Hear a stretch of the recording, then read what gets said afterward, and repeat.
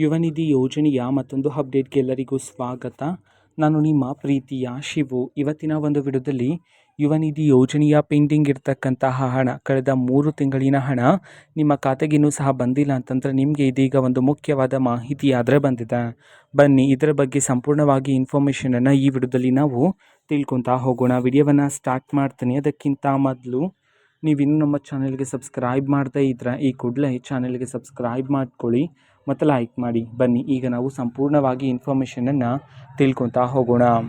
ಹೌದು, ಇವತ್ತು ಗೃಹಲಕ್ಷ್ಮಿ ಯೋಜನೆಯ ಪೆಂಡಿಂಗ್ ಇರುವ 3 ತಿಂಗಳಿನ ಹಣವನ್ನು, ಒಟ್ಟಿಗೆ 9,000 ರೂಪಾಯಿ ಹಣವನ್ನು ಬಿಡುಗಡೆ ಮಾಡೋದಕ್ಕೆ ಸಂಬಂಧಪಟ್ಟಂತೆ ಮಾಹಿತಿಯನ್ನು ತಿಳಿಸಿರ್ತಕ್ಕಂಥದ್ದು.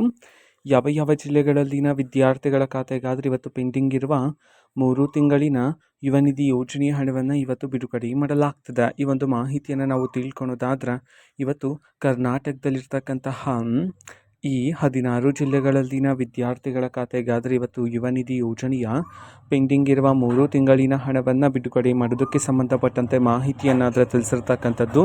ಬನ್ನಿ ಈಗ ನಾವು ಆ 16 ಜಿಲ್ಲೆಗಳ ಹೆಸರನ್ನು ತಿಳ್ಕೊತಾ ಹೋಗೋಣ.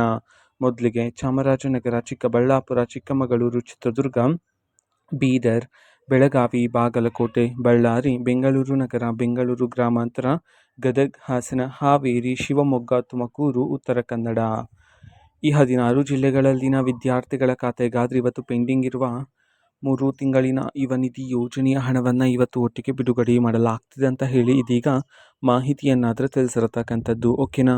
ಸೊ ಇದು ಇವತ್ತಿನ ಒಂದು ವಿಡಿಯೋ. ಅದೇ ರೀತಿ ಇನ್ನು ಹಲವಾರು ಯೋಜನೆಗೆ ಸಂಬಂಧಪಟ್ಟಂತೆ ಮಾಹಿತಿ ಬಂದ ನಂತರ ಆದಷ್ಟು ಬೇಗ ನಾನು ನಿಮಗೆ ಇನ್ಫಾರ್ಮೇಷನನ್ನು ತಿಳಿಸ್ತೀನಿ.